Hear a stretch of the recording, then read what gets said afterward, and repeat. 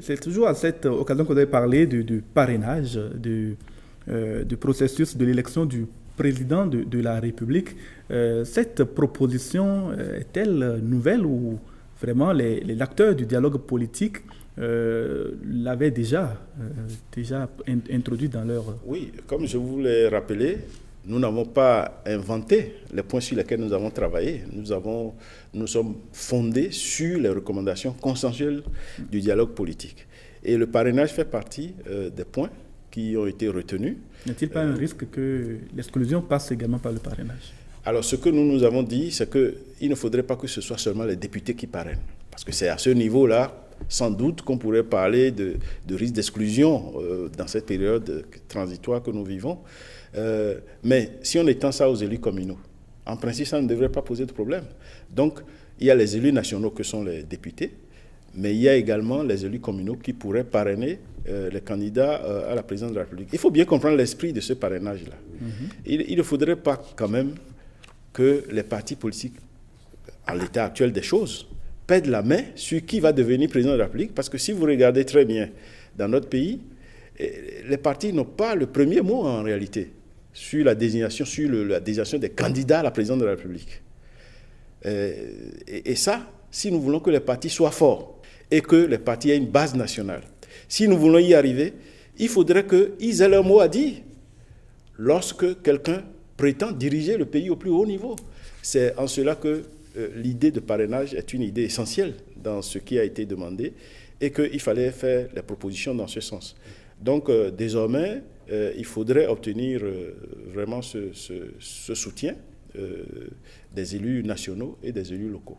Justement, la question du parrainage, déjà, ça crée beaucoup de remous, notamment dans le camp de certains acteurs politiques qui trouvent que c'est aussi un mécanisme qui est en train d'être mis en place pour, quelque part, empêcher la compétition.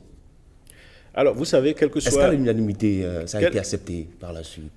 Encore une fois, nous, on a travaillé avec les conclusions du dialogue. Donc, nous n'avons pas inventé les thèmes sur lesquels nous avons porté nos réflexions et proposé nos conclusions. Ce que je dois dire ici, maintenant, c'est que, quelles que soient les options, quel que soit ce qu'on va proposer, il y aura toujours des critiques. Donc, il ne faut pas s'en faire, il ne faut pas s'émouvoir. Alors, est-ce que c'est juste ou ce n'est pas juste de dire que quelqu'un qui prétend diriger le pays au plus haut niveau doit quand même obtenir l'onction des partis politiques sur le terrain? Est-ce que ça a un sens? Nous pensons que oui. Et c'est pour ça que nous avons demandé qu'on aille dans ce sens. Et encore une fois, ce n'est pas nous qui créons ça. Ça, c'est vraiment la classe politique béninoise qui demande cela.